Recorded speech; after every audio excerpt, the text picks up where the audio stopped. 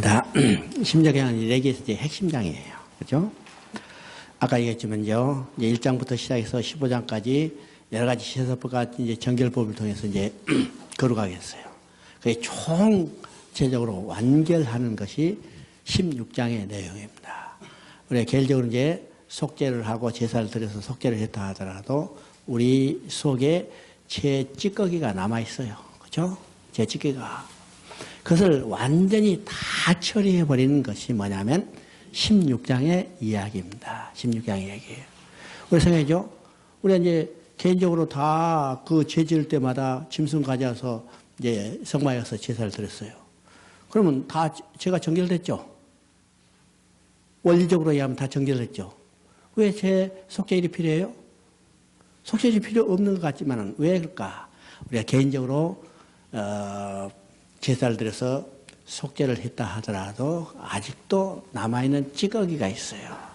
그 찌꺼기, 이것을 몽땅 한꺼번에 처리해버리는 것이 16장의 사건입니다. 16장의 사건. 그러니까 이제 16장은, 이게 하나님 앞에 나아가는 길을 완전히 보여주는 완결편이다. 이렇게 생각하면 이제 이해가 쉽게 되겠죠. 이스라엘에게서 1년 중 가장 중요한 날이 바로 이 속죄일입니다. 속죄일이죠. 왜요?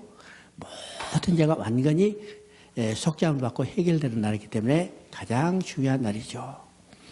우리가 희년이 이스라엘 백성에게 가장 기대되는 날이 어떤 날이냐 하면 희년이에요.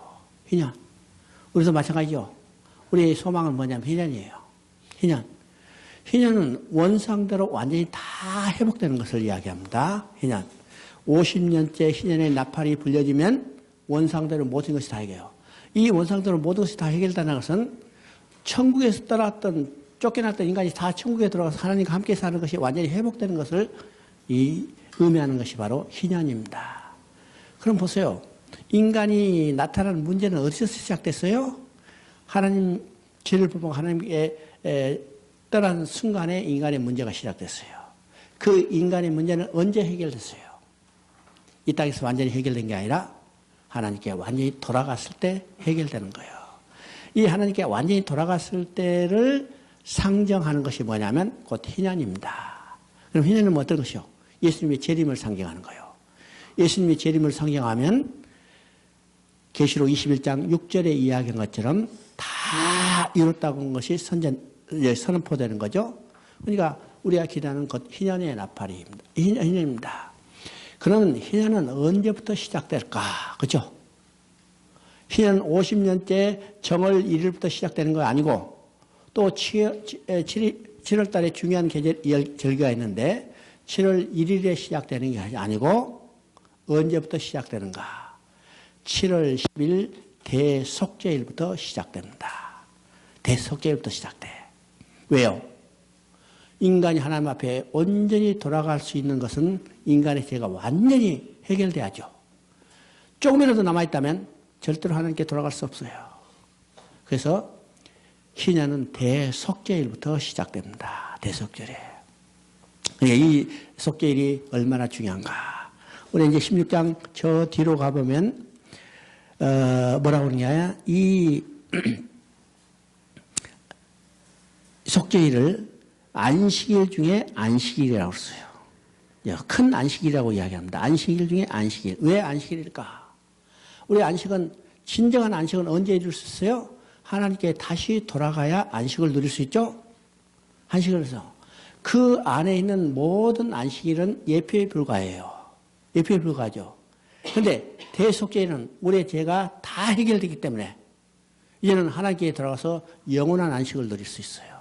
그래서 이 속죄일을 안식일 중에 안식일이라고 이야기를 하고 있습니다. 그래서 이 16장의 의미를 우리가 이제 잘 생각해 봐야 합니다. 7월은 유대인에게 종교적으로 아주 중요한 달입니다. 중요한 절기가 3개나 있습니다. 7월 1일은 나팔절이고 10일은 대속죄일이고 15일은 초막절입니다. 대제사장이 양의 피를 가지고 지성소에 들어가 온 백성의 죄를 속함받고 온 이스라엘이 금식함으로 스스로 괴롭게 하는 날입니다. 하나님께서 제대로 회개하는 날로 정하셨습니다. 이날은 대제사장이 이제 짐승의 피를 가지고 지성소에 들어가요. 지성소에 들어가면. 그럼 백성들은 어떻게 하냐? 밖에서 금식함으로 자기 스스로 괴롭게 하고 죄를 자복하고 회개하는 겁니다. 구경하고 있는 게 아니라 대제사장은 지금 짐승의 피를 가지고 지성소에 피를 뿌리는데 밖에서 제사장들은 백성들은 뭐냐? 금식하고 회개하고 하나님 앞에 제 모든 죄를 다 자복하는 거죠.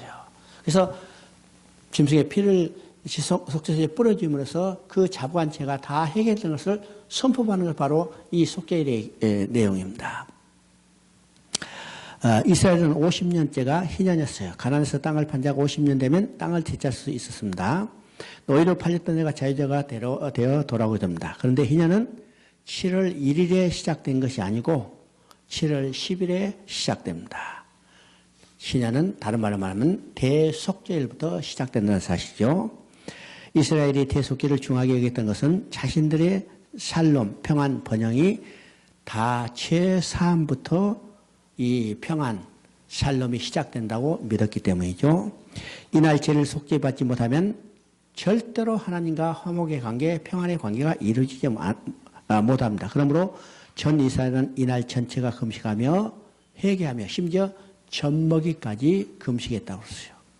야, 참 대단한 일이죠. 어른은 참을 수 있는데 배고픈 아이는 젖도 안 먹고 어떻게 참을까? 젖먹이까지 금식시켰다니까. 왜 젖먹이도 금식해야 해요? 왜 젖먹이도 금식해야 해요? 죄인이니까. 죄인이니까.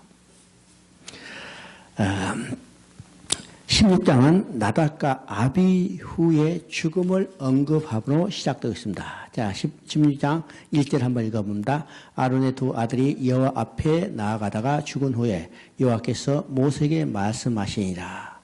이것은 이제 10장의 사건이죠. 아들과 나베가 다른 불을 가져다가 그러니까 움켜쥐고 각각 다른 향로에 움켜쥐고 지금 자기 자리를 다툼하듯이 자기 영광을 취하기 위해서 지금 나갔다가 하나님의 불로 침을 당해서 죽어버렸죠. 바로 이 사건을 지금 16장에 언급함으로 16장이 시작된 사실이죠. 자, 나답과 아비의 사건을 상기시켜서 제사장이 적절한 준비와 의식을 행하지 않고 속죄의 의식을 행한다면 그들과 마찬가지로 비참한 운명에 처할 것을 경고함으로 속죄일의 의식을 소개하고 있습니다. 이 말은 어떤 말이요? 속죄일의 의식이 얼마나 엄중하게 시행돼야 할 것을 지금 경고하면서 시작되고 있어요. 잘못하면 죽는다 이 말이에요. 하나님 말씀대로 하지 않으면 죽는다.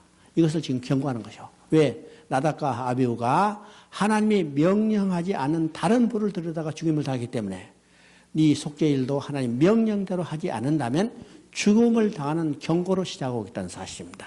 경고죠. 자, 1, 2장은 이날에 1년에 오직 이달만 제사장이 지성소에 들어갈 수 있는 날입니다. 아무 때나 들어오지 말라. 제사장 제사장은요, 성소에는 하루에 2번 들어갔어요. 왜 들어갔어요? 아침에 번제를 드리고 저녁에 번제 드리고 이거 이제 상번제죠. 아침에 양 1마리, 저녁에 양 1마리. 그래서 매일 2번 들어가고 그때를 들어가서 등불을 관리하고 이 향단에 불이 꺼지지 않도록 계속해서 관리를 했습니다. 그리고 밤새 어떻게 했는가? 밤새 등불에 불이 꺼지지 않도록 그 심리를 잘 관리했어요. 그래서 이 시편에 보면요, 밤에 성소에서 하나님께를 찬양하는 제사장들이라고 했습니다. 그러면 밤에 성소에서 하나님을 찬양하는 제사장들은 이 등불 관리를 해서 불이 꺼지지 않게 해서 계속 관리하는 모습을 보여주고 있습니다. 그래서 이제 21장에 가면요, 대제사장이 할 사명이 아주 중요해요. 불이 꺼지지 않도록 하는 거예요. 불이 꺼지지 않도록. 우리도 불이 꺼지지 않아야죠. 어떤 불? 우리 속에 있는 성령의 불이 꺼져서는 안 돼요. 성령의 불이 꺼져서는 안 돼. 성령의 불이 꺼진다는 것은 우리 신앙이 죽었다는 겁니다.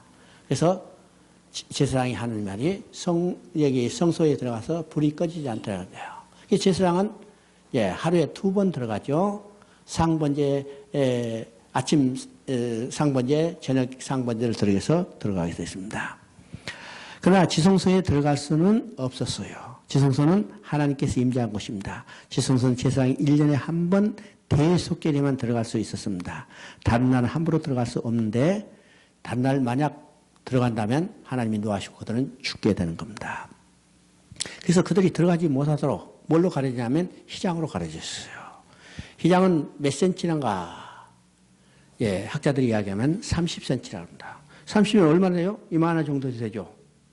이만한데 이것을 휘장으로 가는데 얼마나 튼튼한지 양쪽에서 말이 반대방으로 끌어도 이 휘장이 찢어지지 않았다고 그랬어요. 안 하다. 그런데 언제 찢어졌어요? 예수님이 십자가에서 다 잃었다고 하는데 그 순간에 인간이 손을 대지 않았죠? 인간이 아무리 잡아도 끊어지지 않아. 그런데 예수님이 다 잃었다고 선언한 그 순간 휘장이 아래로부터 위로 찢은 게 아니라 위로부터 아래로 찢어졌어요. 아래로부터 위로 찢은 게 아니라 위로부터 아래로 찢어졌어요. 그럼 누가 찢어졌겠어요? 하나님을 위해서 찢어진 거예요. 이게 표현도 참 아주 세밀하죠. 위로부터 아래로 찢어. 하나님이 친히 찢은 거예요. 내가 너희 죄를 다 사했다. 이것을 보여준 거죠. 그래요? 그래서 대제사장이 1년에 한 번 짐승의 피를 가지고 지성소에 들어갈 수 있습니다. 휘장에는 그룹이 새겨져 있죠. 이것은 뭘 예표한다면 인간이 범죄하고 쫓겨나고 그 에덴 동산의 생명나무에 있는 곳은 뭘로 가냐면 화영검을 들고 있는 그룹들이 그들을 막았어요. 막았죠? 들어가지 못하도록. 왜요? 그들이 범죄한 상태에서 생명나무의 씨가를 먹으면 영생하죠. 뭘로 영생해요? 죄인으로 영생하기 때문에 그들이 들어오지 못하도록 화영검을 들고 있는 그룹들이 막았어요. 그럼 지금 어떤 거예요? 지성소도 똑같이 휘장으로 막아놓고 그룹들이 수놓은 휘장으로 막아놨어요. 예? 그룹들이 하나님께 나아가서 죽는 것을 방지하기 위해서 지키고 있다는 사실을 우리가 보게 됩니다. 이러한 상황에서 인간이 하나님 앞에 나아갈 길이 무엇인가를 보여주는 것이 바로 16장의 내용입니다. 이러한 상황에서 하나님 앞에 나아가면 1년에 한 번 대제사장만 들어갈 수 있는데 그 평소에는 들어갈 수 없죠. 그러면 왜 들어가지 못한가? 죄 지은 인간이 죄가 해결되지 않고 하나님 앞에 나아가면 죽을 수밖에 없는 상황. 이 상황에서 어떻게 인간이 하나님 앞에 나아가서 생명을 얻을 수 있는가를 보여주는 내용이 바로 16장의 내용이라는 것을 우리가 보게 됩니다. 우리가 알고 모르고 지은 죄가 얼마나 많은가. 이런 죄를 대속죄를 다 씻어내는 겁니다. 예수님의 몸이 십자가에 찢어질 때 지성소에 들어가는 게 열렸습니다. 이날 아론과 백성이 하나님이 시키는 대로만 하면 죄는 말끔히 씻겨지고 깨끗하게 되어 기쁘고 즐거워집니다. 휘장이 언제 찢어지는가? 예수님이 십자가에서 피를 흘리시고 죽으셨을 때입니다. 그때 새로운 살 길이 열린 것입니다. 그러므로 우리는 예수님의 육체를 힘입어 지성소에 나아갈 수 있게 된 것입니다. 이것은 이제 히브리서 10장 19절부터 22절까지 보면 우리 생생하게 표현되어 있죠. 아론이 지성소에 들어가면 어떻게 했을까? 하나님께서 속죄소에 나타나신다고 했습니다. 그래서 그들이 속죄 제물로 수송아지를 드리고 번제물로 수양을 가져서 그들이 스스로 속죄 제사를 드린 다음에 그 다음에 이제 지성소에 나가죠. 그리고 백성의 죄를 위해서 속죄제를 또 드립니다. 또 드려요. 이 과정을 통해서 백성의 죄가 사함을 받았을 때 휘장은 찢어졌듯이 지성소에 들어갈 수 있는 길이 열린 겁니다. 4절에 보면 제사장이 평소에 입던 이 화려한 예복, 대제사장의 예복을 벗어버려요. 다 벗고 뭘로 하냐면 안에는 세마포 옷만 입게 되어 있습니다. 이 말은 어떤 것인가? 바로 이제 두 가지 의미죠. 하나님 앞에 겸손한 자로 나아가는 겁니다. 두 번째는 섬기는 종의 모습으로 나아가는 거예요. 여러분요, 멋있는 옷 입고 우리 일할 수 있어요? 여러분 이제 부엌에서 일할 때도 뭐요? 다 외출복 벗어버리고 작업복 입고 아니면 또 이게 앞치마 입고 일을 하죠. 그러니까 지금 제사장이 그 사역을 감당할 때도 평상시 입던 화려한 옷은 다 벗어버리고 그 옷은 뭐예요? 에봇이 달려있고 에봇 앞에는 12지파를 상징하는 화려한 보석이 달려있죠. 그 머리에는 여호와의 성결이라는 이 관이 써졌어요. 이거 다 벗어버리고 세마포 옷만 입고 들어갑니다. 이 세마포 옷은 겸손을 상징해요. 또 세마포 옷은 자, 종으로서 사역을 감당하죠. 일할 수 있는 자를 사명하죠. 바로 제사장은 이 세마포 옷을 입고 나갑니다. 우리 예수님도 마찬가지요. 겸손과 섬기는 자의 모습으로 이 땅에 오셔서 십자가에 죽으셨어요. 바로 이 대제사장이 그런 모습으로 지금 사역을 감당합니다. 사역을 감당해요. 6절부터 이제 10절까지는 속죄일을 행사하는 전체 과정을 이야기합니다. 그러니까 이제 두 번 반복되는 셈이죠. 전체 과정을 이야기하고 11장부터 이제는 후반부에는 그 세부적으로 시행하는 과정을 이야기하는데, 자, 5절, 6절 한번 읽어봅니다. 5절, 6절. 이스라엘 자손이 회중에게 속죄 제물을 찾게 하여 순염소 2마리와 번제물을 삼게 하여 순양 1마리를 가져갈지이다. 아론은 자기를 위한 속죄제의 수송아지를 드리되 자기와 집안을 위하여 속죄하고, 그렇죠? 그러니까 먼저 누구를 위한 속죄제를 드리냐면 대제사장 아론 자신을 위한 속죄제를 먼저 드려요. 자신을 위한 속죄제를 왜 드릴까? 아론도 사람 가운데 취한 자고 그도 죄인이기 때문에 백성의 죄를 속하기 전에 자기 자신의 죄를 속함받고 정죄를 하게 돼야, 그래야 제사장이 돼서 백성의 죄를 속해 줄 수 있죠. 그래서 백성의 죄를 속하기 전에 자기 자신의 위한 속죄제를 먼저 드리게 됐습니다. 그리고 이제 염소 2마리를 취해서 백성의 죄를 속하는 속죄제를 드리죠. 속죄제를 드립니다. 11장부터는요, 이것을 실제로 이제 제사 드리는 모습을 이야기를 하고 있습니다. 11장. 그래서 이제 이 수송아지를 잡아서 그 피를 가지고 지성소 안에 들어가서 뿌리라고 했습니다. 그러면 14절을 보면 그는 또 수송아지 피를 가지고다가 손가락으로 속죄소 동쪽에 뿌리고 또 손가락으로 피를 속죄소 앞에 7번 뿌릴 것이요. 그렇죠? 속죄소 동쪽으로부터 시작해서 뿌리고 속죄소 앞에 7번 뿌리라고 했습니다. 이 7번 뿌린 것은 이제 성경에서 7번 완전의 숫자라고 했습니다. 완전의 숫자. 7번 뿌림으로 그 죄를 완전히 사함받았다는 것을 이제 예표하는 겁니다.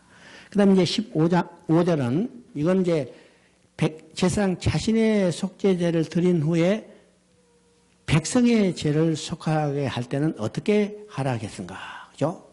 이제 앞에서 보면요, 두 염소를 준비했다가 두 염소에 제비를 뽑아서 한 염소는 여호와를 위한 염소를 뽑습니다. 그러면 여호와를 위한 염소를 뽑은 다음에 이 염소를 잡아서 피를 이제 대야에 받아가지고 지성소에 들어가요. 그죠? 지성소에 들어가. 지금 여기는 지금 14절, 15절이 붙었지만 실제는 두 번의 행위입니다. 자기를 위한 속죄를 드리고 나와서 다시 이제 제비를 뽑아서 염소를 잡아줘 그 피를 가지고 이제 두 번째 들어가는 이야기죠. 두 번째 들어갈 때 이건 백성을 위한 속죄제를 드리는 겁니다. 앞서는 제사장 자신을 위한 거고, 여기서는 지금 백성을 위한 속죄제를 드리는데, 그럼 백성을 위한 속죄제를 할 때는 피를 어떻게 뿌리라 하는가? 15절 한번 읽어봅니다. 또 백성을 위한 속죄제 염소를 잡아 그 피를 가지고 휘장 안에 들어가서 그 수송아지 피로 행한 것 같이 행하여 속죄소 위와 속죄소 앞에 뿌릴 등이라. 이거는 속죄소 위에 뿌리고 속죄소 앞에 뿌리라고 정확하니 이치를 말씀해 주고 있어요. 속죄소 위에 뿌리라.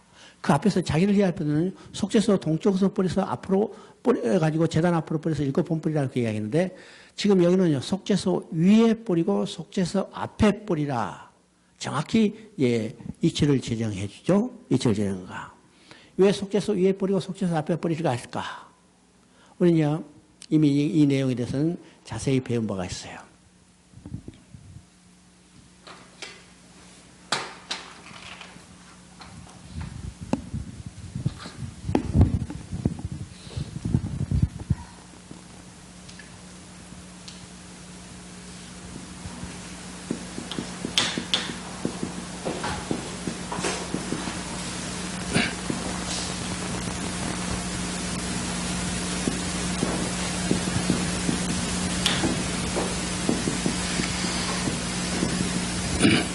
예, 지성소에 들어가면 언약궤가 있습니다. 언약궤를 덮는 뚜껑이 속죄소예요.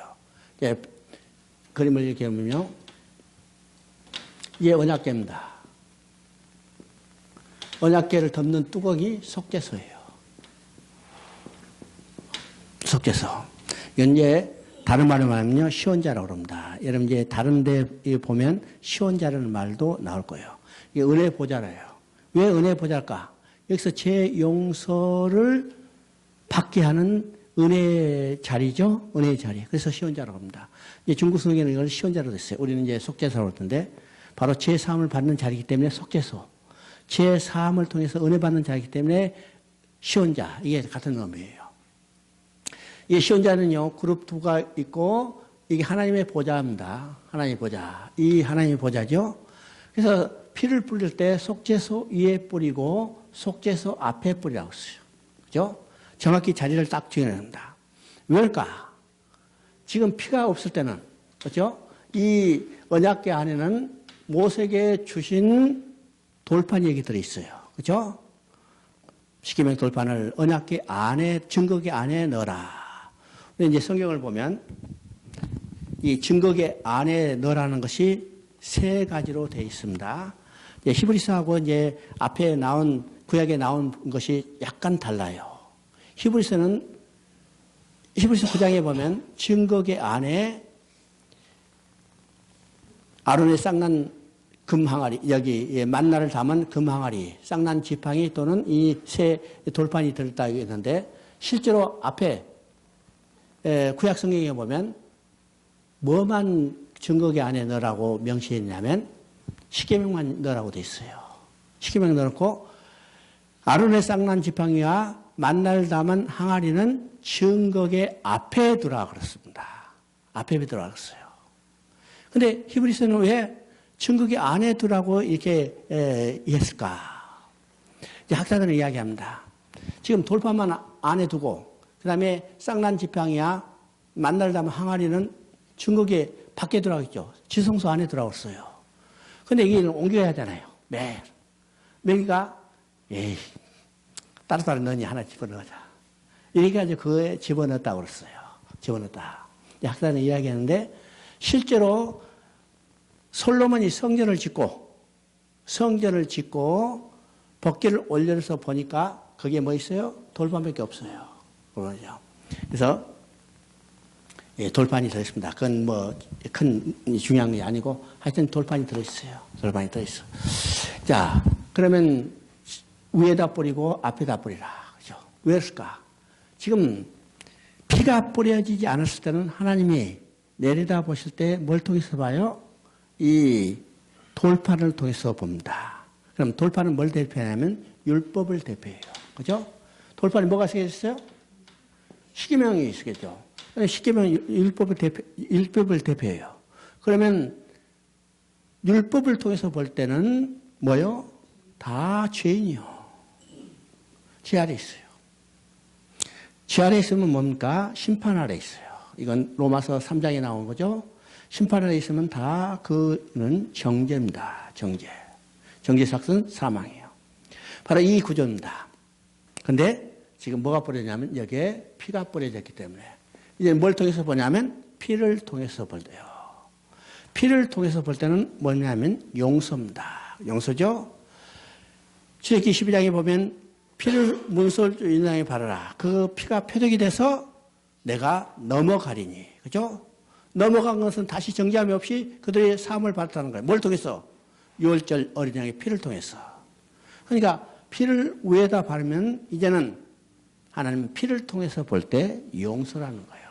그죠? 마찬가지로 앞에다 뿌렸습니다. 피가 없을 때는 모두 다 죄인이요. 그죠?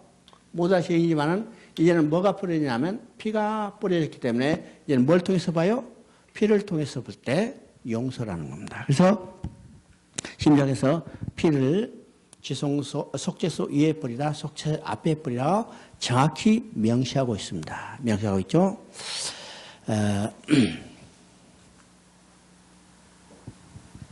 그 다음에 20절부터 22절까지는 바로 이제 아사셀 염소에 대해서 이야기합니다. 아사셀 염소. 이제 염소 2마리를 준비했는데 한 마리는 지금 여호와를 위한 염소는 잡아서 피를 지금 속죄소의 위에 앞에 뿌렸어요. 또 한 마리는 이제 아사셀 염소라고 그럽니다. 아사셀 염소. 아사셀 염소는 어떤 염소인가? 그 아사셀이라는 이름이 의미하는 것이 뭔가 여러 가지 이제 학자들이 이게 밝혀보려고 했지만은 어떤 의미가 정확히 아무도 정확히 밝히지 않았어요. 그럼 우리는 어떻게 이해해야 합니까? 아사셀은 우리의 죄를 짊어지고 먼 광야로 보내졌다가 돌아오지 못하고 죽게 되는 염소. 이것이 아사셀 염소예요. 아사셀 염소죠. 그래서 이제 20절부터는 바로 이제 아사셀 염소에 대해서 이야기합니다. 그 20절에 보니까 그 지성소와 해막과 제단을 위하여 속죄하기를 마친 후에 살아있는 염소를 드리되, 이게 한 마리 살아있는 염소죠. 염소를 들 때 그 염소에 대해서 어떻게인가? 아론이 두 손으로 안수를 하고, 그죠? 아론이 두 손으로 안수한 다음에 정해진 사람에서 끌려가서 먼 광야로 보내서 다시 돌아오지 못하고 죽게 되는 거예요. 죽게 되냐. 이게 소위 말해서 아사셀 염소입니다. 그러면 아론이 두 손으로 안수했다는 것은 아론은 대제사장이죠. 대제사장은 백성을 대표하기 때문에 백성을 대표하는 대제사장이 이 염소에 안수했다는 것은 모든 백성의 죄를 이 염소에게 전가시켰다는 겁니다. 그러면 안수를 통해서 모든 백성의 죄를 전가받은 이 염소는 정해진 사람에 의해서 끌려가서 다시 돌아오지 못하고 죽게 되는 거예요. 그럼 이 염소는 어떤 것이요? 모든 백성의 죄를 다 담당하고 죽게 됐다는 거죠. 죽게 되는 거예요. 이것이 아사셀 염소입니다. 아사셀 염소. 이 아사셀 염소는 누구를 예표해요? 바로 우리의 죄를 짊어지고 가는, 세상 죄를 짊어지고 가는 하나님의 어린 양 되시는 예수 그리스도를 예표합니다. 예표하는 거죠. 17절을 보면 그가 지성소에 속죄하러 들어가서 자기와 그의 집안과 이스라엘 온 회중을 위하여 속죄하고 나오기까지는 누구든지 해막에 들어가지 못할 것이요. 지성소는 위험하니까 우리 같이 갑시다. 아무도 같이 갈 수 없어요. 오직 한 사람만. 그게 죽음의 길이라뇨. 오직 한 사람만. 왜요?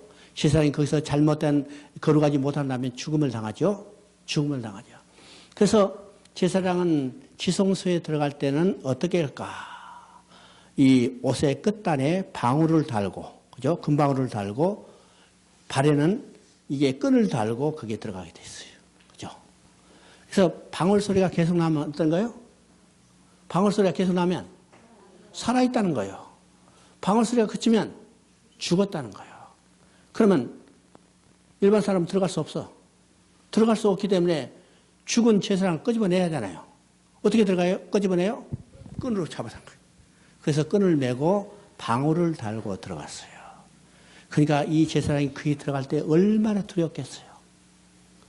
우리가 알지도 못한 죄다가 드러날 수 있다면 바로 죽을 수밖에 없죠. 그러니까 제사장은 얼마나 두려운 마음으로 들어가나. 아마 제사장은 그 전날 잠도 못 잤을 거예요. 그래서 밤새 통곡하고 회개하며 자기의 토하지 못한 죄가 있는가를 다 살펴보고 토해냈을 겁니다. 토해낼 거예요. 그렇게 해서 안 했겠어요? 만약 남은 죄가 있다면 죽을 수밖에 없는데 두려운 마음으로 밤새 뜬 눈으로 통곡하며 회개했을 겁니다. 이 회개가 누구의 회개예요? 바로 예수님이 겟세마네에서 마지막 통곡하며 기도한 모습과 같은 겁니다. 예수님은 대제사장으로서 이 모든 사명을 다 감당하죠. 예수님이 겟세마네에서 땀이 핏방울이 될 정도로 간절한 통곡과 눈물로 기도했다고 그랬어요. 이게 누구의 기도인가? 바로 대제사장의 마음을 드러내고 있는 겁니다. 그리고 내 원대로 마옵시고 아버지의 원대로 하옵소서. 오늘 우리가 대제사장이라면, 백성의 죄를 중보해야 할 대제사장이라면 우리는 날마다 지성소에 들어가는 심정으로 하나님 앞에 눈물과 통곡으로 기도하고 내 원대로 마옵시고 하나님의 원대로 하옵소서, 뜻대로 하옵소서. 이 기도가 이루어져야죠. 그런데 우리 기도는 어떤 것이요? 우리 기도는 내 원대로 하옵시고, 그렇죠? 내 원대로, 하나님 뜻대로 하는 게 아니라 내 원대로 하옵시고, 이 우리 기도예요. 그래요?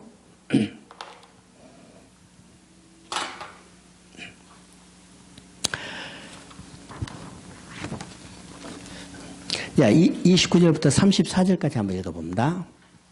29절부터 34절까지, 이거 중요한 내용입니다. 너희는 영원히 이 규례를 지킬지니라. 일곱째 달, 그 달 10일에 너희는 스스로 괴롭게 하고 아무 일도 하지 말되 본토인이든 너희 중에 거류하는 거인인지 그리하라. 그날에 너희를 위하여 속죄하여 너희를 정결케 하리니 너희의 모든 죄에서 너희가 여호와 앞에 정결하리라. 이는 너희에게 안식일 중에 안식일인즉 너희는 스스로 괴롭게 할지니 영원히 지킬 규례라. 기름 부음을 받고 이임되어 자기 아버지를 대신하여 제사장 직분을 행하는 제사장은 속죄하되 세마포 곧 거룩한 옷을 입고 지성소를 속죄하며 회막과 제단을 속죄하고 또 제사장들과 백성의 회중을 위하여 속죄할지니 이는 너희가 영원히 지킬 규례라. 이스라엘 자손의 모든 죄를 위하여 1년에 한 번 속죄할 것이니 아론이 여호와께 모세에게 명령한 대로 행하니라. 여기서 중요한 의미가 있습니다. 중요하냐? 첫째는 뭐냐면 너희는 영원히 이 규례를 지킬지니라. 일곱째 날 그 달 10일에 너희를 위하여 스스로 괴롭고 아무 일도 하지 말고 본토인지 너희 중에 게으르니 모든 기념인지 이날에 너희를 하여 속죄하여 정결케 하리라. 이 속죄일을 대속죄일은 모든 백성의 모든 죄를 다 속죄받는 일입니다. 바로 이날이 이제 희년을 위한 시작의 날이라고 했죠. 희년은 이 50년째인데 희년은 바로 속죄일부터 시작되는 거예요. 속죄일부터 시작돼. 그래서 우리의 죄가 모든 죄가 다 해결되면 하나님 앞에 돌아갈 수 있어 영원한 완식을 누릴 수 있습니다. 안식을 누리죠.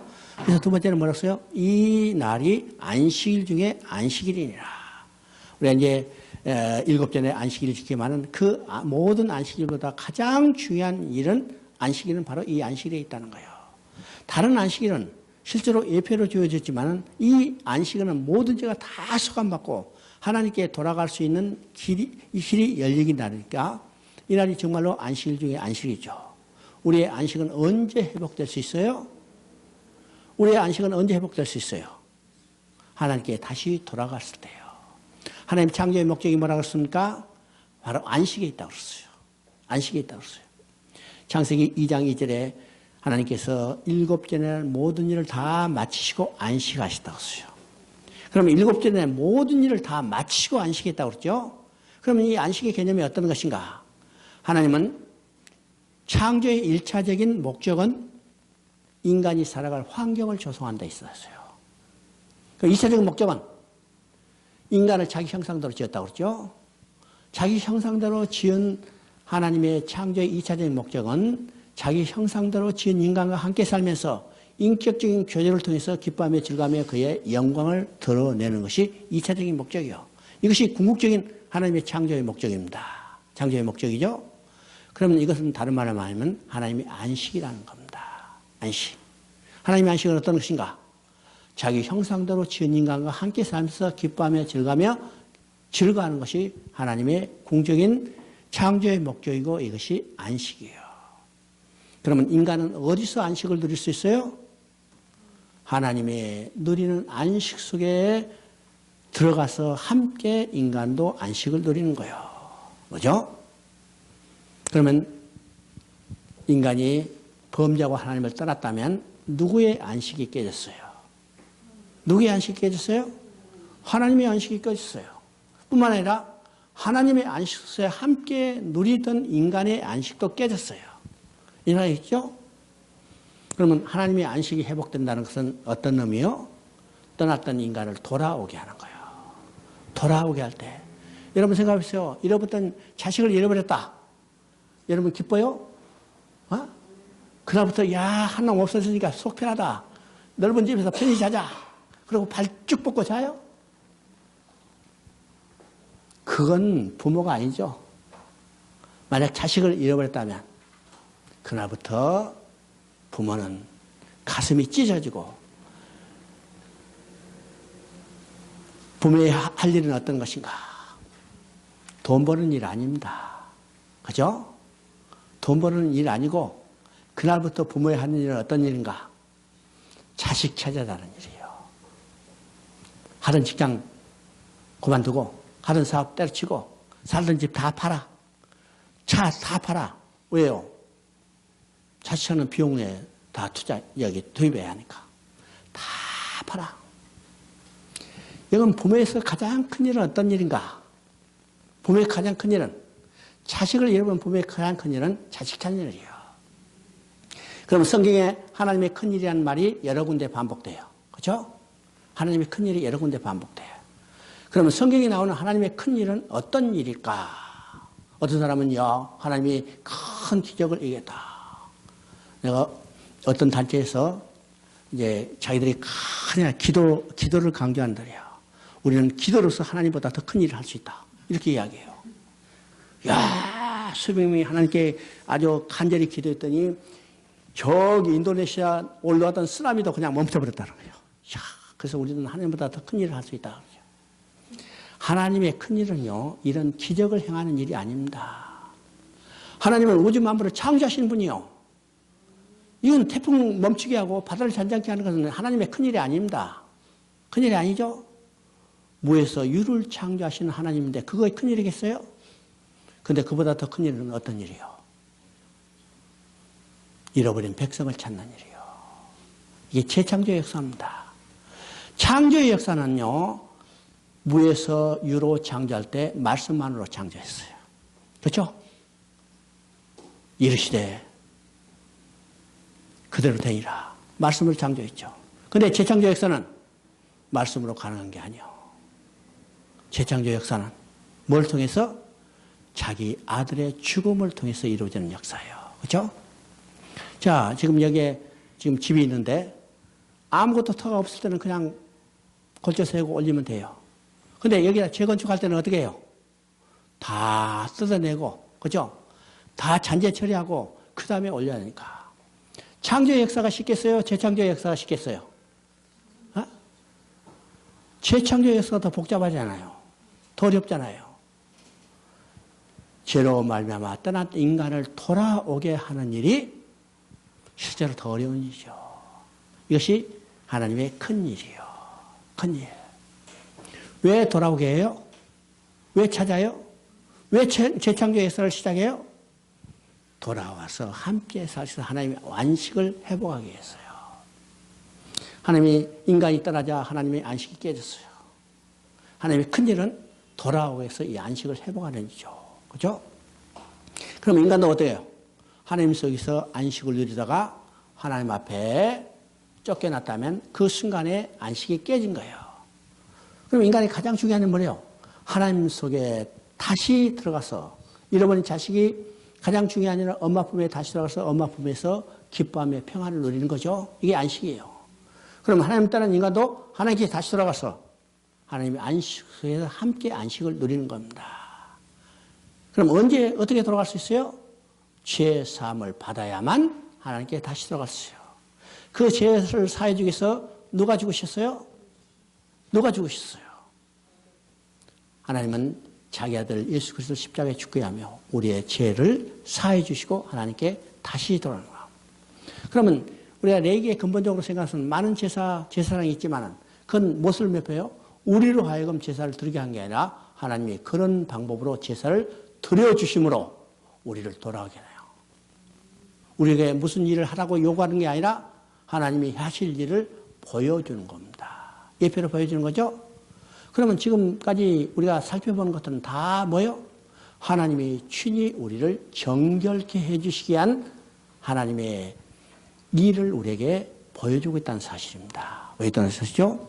그래서 지금 대속죄일도 하나님이 우리를 거룩하게 해서 속죄해서 거룩하게 해서 돌아올 길이 무엇인가를 보여주기 때문에 이것을 통해서 우리는 어떻게 해요? 하나님께 다시 돌아가는 거예요. 돌아가는 거죠? 하나님께 다시 돌아가면 뭐예요? 최초에 누렸던 안식을 회복하는 것이기 때문에 이 대속죄는 안식일 중에 안식일이라. 그죠? 안식일 중에 안식일이라. 33절을 보면 지성소를 속죄하여 회막과 제단을 속죄하며 또 제사장들과 백성의 회중을 속죄할지니라 그랬습니다. 야, 이 대속죄는 두 가지 의미가 있습니다. 첫째는 백성의 모든 죄를 다 속함받는 날이에요. 속함받는 날이죠. 뿐만 아니라 성소도 거룩하게 하는 것입니다. 성소도 거룩하게 하는 게 아니죠. 왜일까? 1년 동안 이 성소는 누가 밟고 다녔냐 하면 제사장들이 밟고 다녔어요. 그럼 제사장은 누구요? 그도 죄인이죠. 사람 가운데 취한 자고 그도 죄인이기 때문에 그가 성소를 밟고 다녔다면 이 성소도 더럽혀졌어요. 성소가 더럽히다면 성소는 하나님이 계시기 때문에 성소는 거룩해 야죠. 그럼 제사장들이 밟고 다녀서 1년 동안 그들이 죄로 말미암아 더럽혀진 성소에는 하나님이 계실 수 없기 때문에 그 성소도 깨끗하게 해요. 거룩하게 해요. 그래서 성소도 거룩하게 하는 의미가 있죠. 그래서 이제 33절에 보니까 지성소를 속죄하며 해막과 제단을 속죄하며 또 제사장들과 백성들의 회중을 위하여 속죄하니라. 성소도 거룩하게 하지만 거기 하나님이 계실 수 있고 또 백성의 죄가 완전히 속죄함을 받고 거룩해야만 하나님 앞에 나아갈 수 있습니다. 우리 이제 아까 이야기한 것처럼 앞서서 속죄제를 드리는 여러 가지 제사의 방법이 있었는데 왜 하나님은 또 대속죄를 정하셨는가? 그렇죠? 이제 한번 의심하게 되는 겁니다. 이스라엘 백성이 아무리 회개하고 죄를 속함 받았다 하더라도 죄 찌꺼기가 남게 돼 있어요. 남았죠? 이스라엘 백성이 평소에 회개하고 아무리 제사를 드려도 완전한 속죄에 도달하지 못했다는 것을 보여줍니다. 그래서 하나님과 완전한 교통이 이루어지지 않기 때문에 하나님은 이 속죄를 제정하셔서 평소에 알지 못한 죄, 이 죄까지 완전히 깨끗하게 해서 하나님과 완전한 교제를 회복하기를 원하시기 때문에 하나님은 특별히 이 속죄를 제정해서 이스라엘 백성의 모든 남은 죄가 속함을 받고 또 1년 동안 더럽히는 이 성소마저도 거룩하게 해서 하나님과 인간의 완전한 교제가 이루어지기를 원하시기 때문에 하나님이 이 속죄를 제정해서 이스라엘 백성의 모든 죄를 소감받게 하는 조치를 취하고 있다는 거예요. 우리 이제 여러 번 보지만은요, 이 성경을 볼 때 하나님이 얼마나 세밀하고 정확하고 우리를 하나님에게 돌아가기 위해서 얼마나 이 모든 일을 준비하시고 이루어 가신 것을 우리가 보게 될 때 참 하나님의 그 놀라운 솜씨와 계획과 지혜를 우리가 감탄할 수밖에 없죠. 당연해요. 이제 로마서 11장 33절을 보면, 11장 33절을 보면 바울이 이 놀라운 하나님의 구원의 계획을 깨닫고 어제 감탄할 뿐이요. 감탄할 뿐이죠. 우리도 하나님이 그 우리를 구원하시기 위해서 이루어오신 그 놀라운 일들을 다 살펴보고 우리는 그저 하나님 앞에 엎드려서 참 하나님을 찬양하는 것 외에 우리가 할 일은 아무도 없죠. 하나님께 감사드린 것 외에는 우리는 아무것도 할 일이 없어요. 그렇죠? 그래서 우리가 성경을 통해서 깨닫게 되는 것은 두 가지죠. 하나님의 절대 주권과 인간의 전적인 부패, 전적인 타락, 인간의 무능함, 자력권에 불과한 것을 보여주죠. 인간 내로 볼 때는 아무런 구원받을 조건도 없고 구원받을 능력도 없어요. 그러나 하나님은 나를 구원하시면서 창세 때부터 모든 일을 준비하시고 하나님의 주권적으로 모든 일을 이루셔서 나를 구원해 주셨다는 사실이에요. 그러니까 우리는 하나님 앞에 이 성경을 통해서 깨닫는 것은 하나님의 그 크신 은혜, 그 주권 앞에 엎드릴 수밖에 없죠. 이것이 우리의 진정한 예배입니다. 예배예요. 오늘 예배는요, 이것들이 이제 많이 변질돼서 인간이 얼마나 존귀한 자를 깨닫게 하기를 원하는 거죠. 정말로 하나님을 깊이 한다면 인간이 얼마나 무능하고 부패한 자인가를 깨닫게 되는 겁니다. 깨닫게 돼요. 그래서 절대 무능하고 절대 부패한 나를 버리지 아니하시고 하나님이 구원해 주셨다는 이 사실 앞에 우리는 그저 감사하고 찬양할 뿐이죠. 이것이 우리의 진정한 예배입니다. 예배죠. 이제 34절을 보니까 이는 너희가 영원히 지킬 길이라 이스라엘 자손의 모든 죄를 위하여 1년에 한 번씩 속죄할 것이니라. 아론이 여호와께 모세에게 명령하신 대로 행하였더라. 여기서 중요하죠. 명령하신 대로 중하였더라. 그래서 16장에 시작할 때 나답과 아비후의 이야기를 서두로 꺼내고 시작하는 이거. 그 목적이 뭐예요? 나답과 아비후는 하나님이 명령하지 않는 다른 불을 가져다가 분양하다가 결국 하나님이 징계로 죽었어요. 명령하지 않는 다른 불. 그렇기 때문에 16장에 특별히 하나님이 명령한 대로 행할 것을 강조하기 위해서 이야기하죠. 그리고 이제 16장 마지막에 아주 강조한 말이 아론이 여호와께서 모세에게 명령하신 대로 행하였더라. 우리 신앙생활도 어떻게 해요? 하나님 우리에게 말씀하신 대로 신앙생활해요. 말씀하신 대로 신앙생활해요.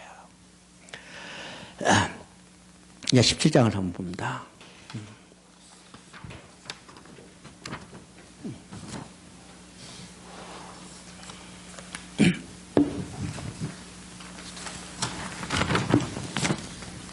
이제 17장은 이제 우리가 거룩한 삶을 어떻게 살 건가 대해서 이제 성결법에 대해서 이제 주로 이야기한다고 그렇습니다. 17장에 이제 두 가지 명령이 있습니다. 1절부터 9절까지는 가축을 잡는 방법이고, 10절부터 16까지는 피해 문제입니다. 그럼 17장은 어떤 내용인가? 여러분 이제 우리 고기 먹고 싶을 때가 있죠. 그렇죠? 있어요, 없어요? 고기 먹고 싶을 때. 우리는 고기 먹고 싶을 때 그냥 가서 아무 때라도 먹고, 그죠? 고기 먹고 싶을 때 잡아서 먹었어. 근데 이스라엘 백성은 고기 먹고 싶다고 마음대로 잡아서 먹을 수 없다는 사실이에요. 그죠? 그래서 이제 17장의 중요한 내용은 네 마음대로 먹고 싶다 해서 마음대로 잡아서 고기 먹지 말라는 거예요. 이것이 17장의 핵심의 내용입니다. 그리고 그 피를 어떻게 처리할까? 피를 먹지 말라. 고기 먹고 싶을 때 그 고기를 잡는 규정을 이야기해줘요. 규정을 이야기하고 짐승의 피를 너희가 먹지 말라. 이제 17장은 이 두 가지 핵심이 있습니다. 아무데도 고기 잡고 먹을 때 그냥 잡아서 내가 기르는 짐승이라 해서 잡아서 먹을 수 있는 게 아니고, 이 고기를 먹고 싶을 때 잡는 규정도 하나님이 정확히 정해 주셨다는 사실이요. 이것이 17장에서 핵심입니다. 여기죠? 이스라엘 백성이 고기를 먹고 싶을 때 먹고 싶다고 아무 때나 잡을 수 없었습니다. 광에서 고기를 잡을 때 회막문으로 끌고 가서 화목제로 드리고 잡아야, 이것이 반드시 지켜야 하나님의 규례와 법도다. 아무 때나 고기 잡고 먹고 싶을 때 잡아서 먹는 게 아니라 고기를 먹고 싶을 때는 그것을 끌고 와서 회막문 앞에서 화목제로 드리고 난 다음에 그 고기를 먹으라는 거예요. 자, 그 화목제는 어떻게 드리라고 했어요? 화목제는 이 짐승의 기름과 콩팥과 간 거풀은 벗겨내서 그것을 태워서 여호와께 향기로운 제물로 드리고, 나머지 고기는 어떻게 했어요? 제사장과 제사 드린 사람과 그 제사를 드린 사람의 아는 사람, 친지들이 나눠서 먹게 되겠죠. 그러니까 고기는 하나님께 드린 게 아니고, 고기는 형식적으로 이제 거지와 요제를 통해서 하나님께 드리지만 하나님이 그것이 다시 그들의 먹을 수 있도록 주셨어요. 하나님이 주신 것을 고기들을 나눠 먹게 되죠. 그러니까 고기는 누가 먹느냐? 실제로 사람들이 백성들이 먹어요. 그러니까 너희가 고기를 먹고 싶다면 아무렇게나 잡아서 그냥 함부로 먹지 말고 반드시 하나님 앞에 화목제로 드린 다음에 하나님의 주신 선물로 너희를 고기를 먹으라. 이것이 이스라엘 백성들이 고기 먹는 규례입니다. 이것이 17장의 내용이에요. 17장이죠. 1절에 보면요. 여호와께서 이르시되 모세에게 말씀하여 이르시되, 이 모든 것들이 뭐냐면 하나님이 명령이라는 사실입니다. 명령이죠.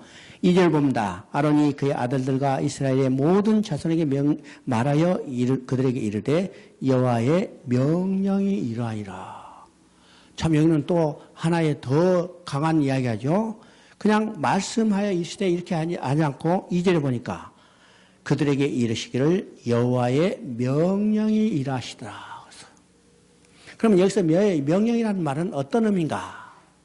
군대에서요, 상관이 부하에게 명령하는 것과 같은 의미예요. 군대에서 부하가, 이제 상관이 부하에게 명령하면 지켜야 해요? 지켜야 하지 않아요? 어? 안 지켜도 돼? 우리가 이제 복종 뭐 이렇게 한데 군대에서 상관이 명령을 부하가 지키지 않는다면 이건 죽음을 의미해요.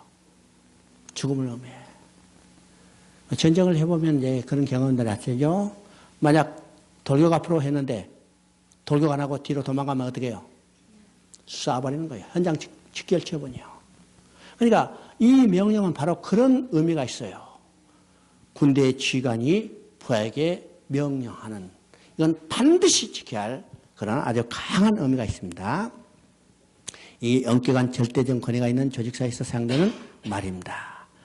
이는요, 피조물이 복종일 창조주의 명령이고 이 명령을 이행하는 일종의 영적 전투가 있었어요. 그래서 이 명령은 반드시 지켜야 한대. 이 명령을 어기면 치명적인 결과를 초래하죠. 군대에서 상관의 명령을 부하가 지키지 않으면 치명적인 결과, 곧 죽음을 초래할 수도 있어요. 죽음을 초래해요. 그래서 바로 이 명령은 얼마나 엄중한 명령인가를 우리가 깨닫게 되는 겁니다. 그러면 하나님이 인간에게 명령하는 목적이 뭘까? 하나님이 인간에게 명령하는 목적이 뭘까? 괴롭게 하기 위한 목적이 아니라는 거예요. 죽이기 위한 목적이 아니라는 거예요. 그죠? 하나님이 인간에게 명령한 목적은 인간의 행복과 생명을 위해서 주신 명령이라는 사실입니다. 그죠? 그러면 창세기 2장 17절에 우리가 그것을 한번 생각해요. 먹으면 반드시 죽으리라. 그죠? 먹으면 반드시 죽으리라. 야, 죽이기 위해서 주신 법이에요? 어? 죽이기 위해서 주신 법이에요? 먹으면 죽는다. 죽이기 위해서 주신 법이 아니라 이거는 인간의 행복과 생명을 위해서 주신 법이라는 사실이에요.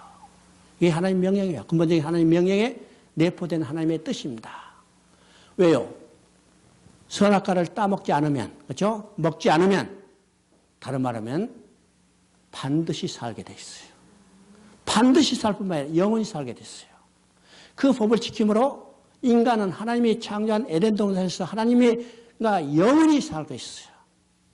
이건 하나님이 주신 생명으로, 하나님의 공급으로 하나님과 교제하며 함께 살 수 있어요. 그렇죠? 여러분, 어린아이는 부모 품에 안겨서 가장 기쁨과 행복을 느낄 수 있죠. 그런데 부모를 떠나면 그 순간에 이거는 비참함이 나타나는 겁니다. 그러면 창세기 2장 10절은 뭐예요?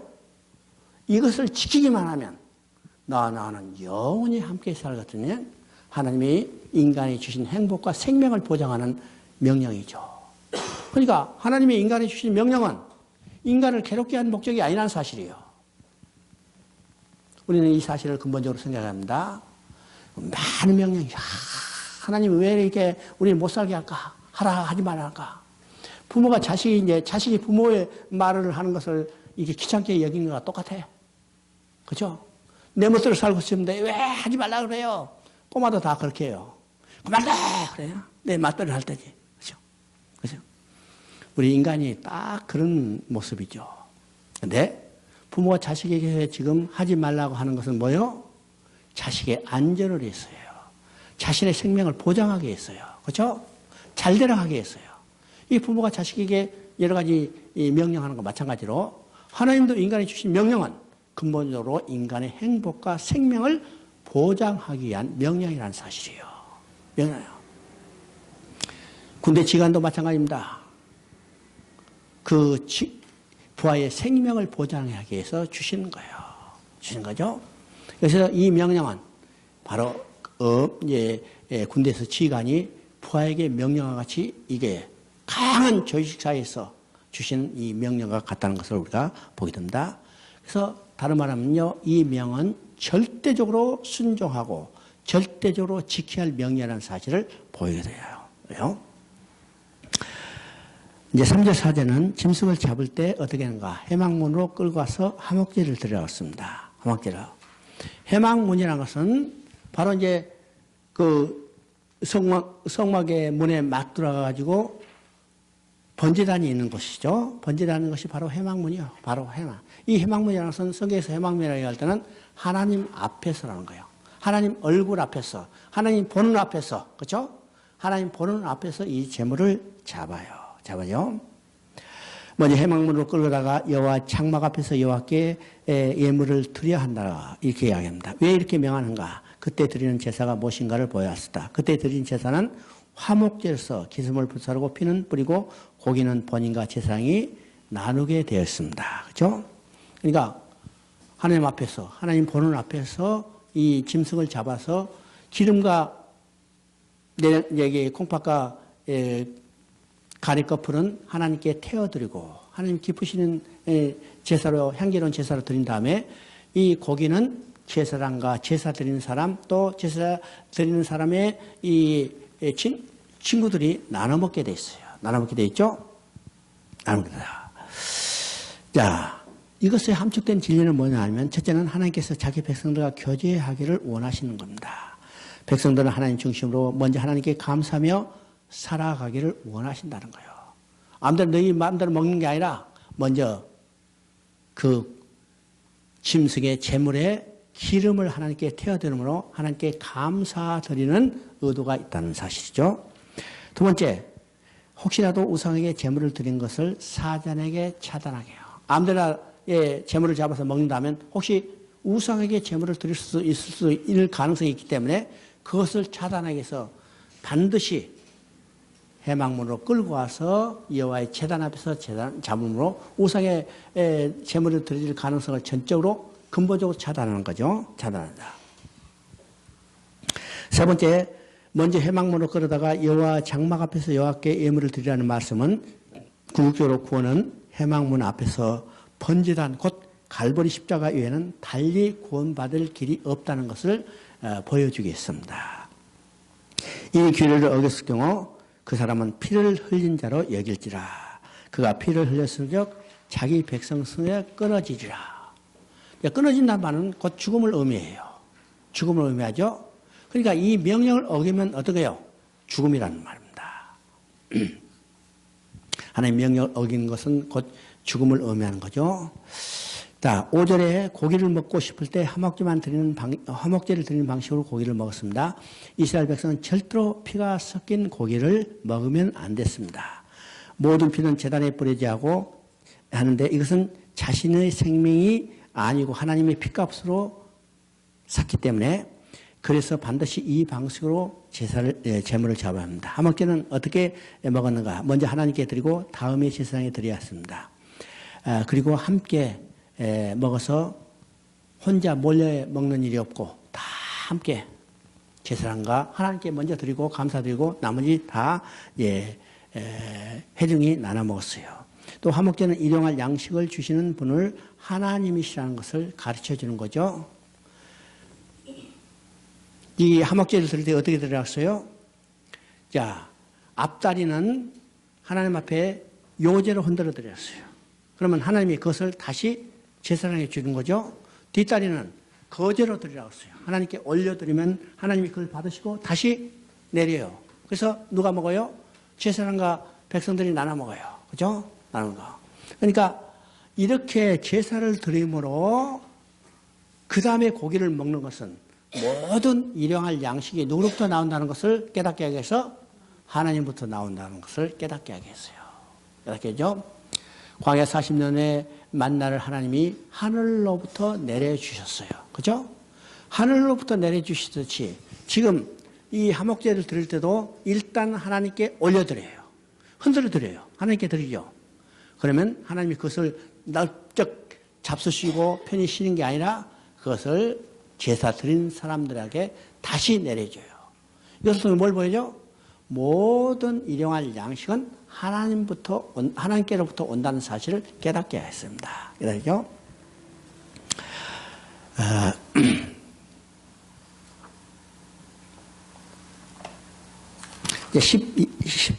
11절 한번 보십니다. 10절, 11절 한번 보십니다. 10절, 11절. 이스라엘 집 사람이나 그들 중에 거류하는 거류민 중에 무슨 피든지 먹는 자가 있으면 내가 그 피를 먹는 그 사람에게 내 얼굴을 대하여 그를 백성 중에 끊어지리라. 육체의 생명은 피에 있음이라. 내가 이 피를 너에게 주어 제단에 뿌려 너희 생명을 위하여 속죄하게 하나니 생명이 피에 있으므로 피가 죄를 속하니라. 여기서 지금 피를 먹지 못하게 하시는 강력한 지금 명령이 나타나죠. 어떤 피를 먹는 자가 있으면, 피든지 먹는 자가 있으면 내가 그 피 먹는 사람에게 진로하여 그를 백성 중에서 끊으리라. 끊는다는 것은요, 성경에서 말하는 끊는다 말은 죽음을 의미해요. 죽음을이죠. 왜 피를 먹으면 백성 중에서 끊어지게 하는가? 육체의 생명이 피에 있기 때문에 그렇습니다. 생명이 피에 있으므로 피가 죄를 속하느니라. 속한다는 말이 두 번 강조되어 있죠. 그러나 짐승의 피가 인간의 죄를 근본적으로 속하는 것이 아닙니다. 그렇죠? 피를 먹지 못하도록 엄명하시는 하나님의 공적인 의도는 예수 그리스도의 피를 우리에게 주어, 그렇죠? 여기서 지금 분명히 이야기합니다. 생명이 피에 있으므로 육체의 생명은 피에 있으므로 내가 이 피를 너에게 주어 그랬어요. 너에게 주어. 제단에 뿌려 너의 생명을 위하여 속죄하게 하였나니 생명이 피에 있으므로 피가 죄를 속하느니라. 여기서 피를 주어 그랬어요. 여기서 주었다는 말이죠. 실제로 피를 뿌리는 것은 누가냐면 제사장이 피를 뿌리는데 하나님이 이 피를 너에게 주어 이 말의 의미는 뭐가 있냐면 하나님이 자신 예수 그리스도의 피를 우리에게 주신다는 거예요. 그 피를 통해 십자가에 흘린 피를 통해서 우리의 죄를 속해 주시소. 우리의 죄를 속하기 위해서 속함으로 하나님께 나아가는 길을 보여주게 하는 거죠. 그러니까 피를 먹지 말라는 것은 이 피를 통해서 인간의 죄를 속함 받는 것을 예표적으로 보여주기 위해서 피를 먹지 못하는 겁니다. 다시 말씀드리면 하나님께서 이 피를 우리의 죄를 속한 데 사용하시고 간수에 두게 하셨던 것입니다. 11절을 보면 생명이 피에 있다고 말씀합니다. 이 피를 너에게 주어 하시는데 주시기 위해서는 먼저 피가 흘려져야죠. 이 피는 곧 죽음을 말합니다. 주신 피는 뿌려져야 했습니다. 그래야만 죄가 속해지는 것입니다. 피를 흘렸어도 내가 뿌림받지 못하면 효용이 없습니다. 세상 죄를 지하는 하나님의 어린 양의 피는 흘려져야 했으며 그 피가 우리 마음에 뿌려졌어요. 그렇죠? 우리 마음에 뿌려졌을 때 우리는 이 죄 속함을 받고 바로 하나님 앞에 나아갈 길이 열린 겁니다. 그래서 짐승의 피를 먹지 말라는 것은 그 피를 귀중히 여기시고 우리를 위하여 속죄의 피로 주시기 위한 예표라는 사실을 우리가 보게 됩니다. 보게 되죠? 18절을 한번 보면 18절은 이제 이게 우리의 현실적인 문제들이 많이 거기에 나타나 있습니다. 현재요. 18장은요, 성적 범죄 행위, 곧 특별히 근친상간의 문제를 이야기하고 이 가정에서 일어난 성적 범죄들에 대해서 많이 강조되어 있습니다. 강조되어 있죠. 하나님께서 구속하신 자기 백성을 삼으신 이스라엘 민족은 애굽에서 종살이 하다가 지금 약속의 땅 가나안 땅으로 향해 행진해 나가고 있는데 이건 진공 상태에 살고 있는 게 아니라 그들은 어디서 살았냐면 애굽 땅에서 살았고 또 어디로 들어가면 가나안 족속이 살고 있는 가나안 땅으로 들어가요. 그러면 그들이 영향을 받은 것은 애굽이라는 이방 풍속의 영향을 받았어요. 또 그들이 들어가는 것은 가나안 족속이 살고 있는 가나안 족속의 문화에 영향을 받을 가능성이 있어요. 그러면 이 문화들은 어떤 것이요? 이방성을 섬기고 우상을 섬기기에는 영적인 가능뿐만 아니라 실제로 그런 이 우상을 섬기하는 많은 행사가 성적인 문란함이 나타나죠. 성적인 문란함이 나타나요. 여러분 이방신의 특징은 어떤 것인가? 성적인 문제로 그들을 유혹하고 흥분시키는 겁니다. 어디서 해야겠죠? 이방신이 섬기는 대부분의 신은 어떤 신인가? 이방신이 섬기는 대부분의 신은요, 여신이요. 여신이 많아요. 그죠? 여신이 많아. 스타벅스 로고가 뭘로 되어 있다고 그랬어요? 스타벅스가 그가 여신이잖아요. 여자가 머리 풀고 안경 쓰고 있는 거. 그죠? 이게 로고예요. 그래서 스타벅스 실추는 뭐라고 써요? 공식적으로 내가 동성연자를 후원하는 기업을 운영하고 있다고 써요. 그리고 그가 사단 숭배자예요. 그죠? 근데 이것만 봐도 이방신을 숭배하는 모든 것들은 여신이에요. 그래서 이방신을 숭배하는 축제들인지 이런 걸 쭉 보면 여성적인 것들이 많죠. 이게 성적인 것을 강조하고 성적인 욕을 이끄는 것들이 많이 있어요. 많이 있어. 그러니까 애굽신도, 그 다음에 애굽신도 가나안에 섬기는 신들도 다 이 성적인 것을 자극해서 그것을 통해서 뭘 그들이 달성하고자 하면 풍요를 달성하게 한 거예요. 풍요를 달성해요. 그러니까 이방신의 특징은 바로 여기 있습니다. 그렇죠? 그래서 특별히 지금 성적인 문제를 강조하는 것은 바로 이제 그런 이방 문화에 접해서 그들에게 타락할 것을 경고하는 내용입니다. 경고하는 내용이죠. 너희는 그가 거주하던 애굽 땅의 풍속을 따르지 말며 내가 너희를 인도할 가나안 땅의 풍속도 규례도 행하지 말고, 이게 두 가지를 이야기했습니다. 그들이 살았던 애굽 땅의 풍속도 따르지 말고 그게 들어가서 지금 살고 있는 이 가나안 땅의 풍속도 따르지 말고, 이것이 18장에서 경계하는 이유가 바로 이게 성적인 문제, 백성들의 성적인 윤리를 강조하는 아주 그 핵심이 있다는 사실을 우리가 보게 됩니다. 1절부터 4절까지는요, 나는 너희 하나님이라. 이 짧은 구절은 하나님이 이스라엘을 위해서 행하신 일과 하나님이 이스라엘을 자신의 백성으로 만들기 위해서 어떻게 이들을 선택하는지를 상기시켜주는 내용이죠.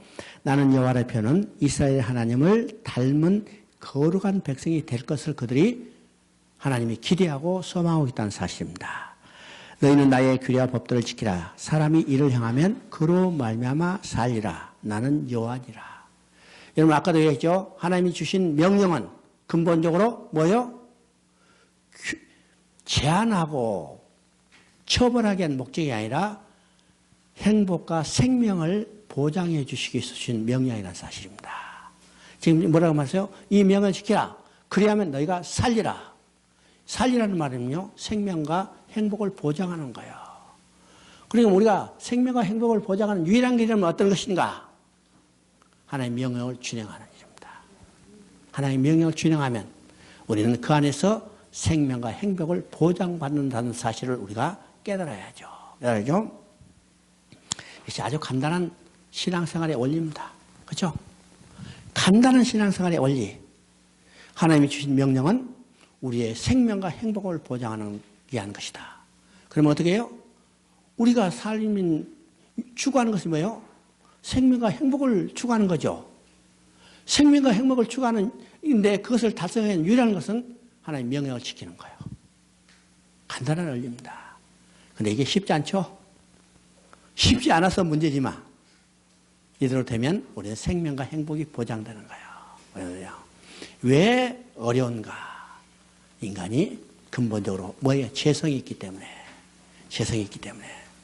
이 죄성을 우리가 하나하나 떨쳐가가지고 우리가 거룩한 삶을 살게 되면 하나님의 명령을 준행하고 하나님의 행복과 생명을 보장하는 대로 우리가 이루어질 수 있어요. 그런데 하나님이 이 죄를 처리하는 방법을 우리에게 제시해 주는 거죠.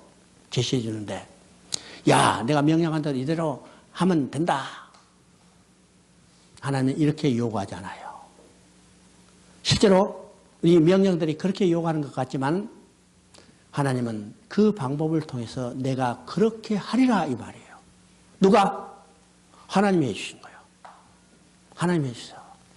그러면 우리가 이것을 깨닫고 우리는 날마다 그래요. 성령에 의지해서 하나님이여, 내가 하나님의 뜻대로 살 때 하나님이 나를 거룩하게 해 주옵소서. 이게 우리의 삶이죠. 이제 19장을 한번 봅니다.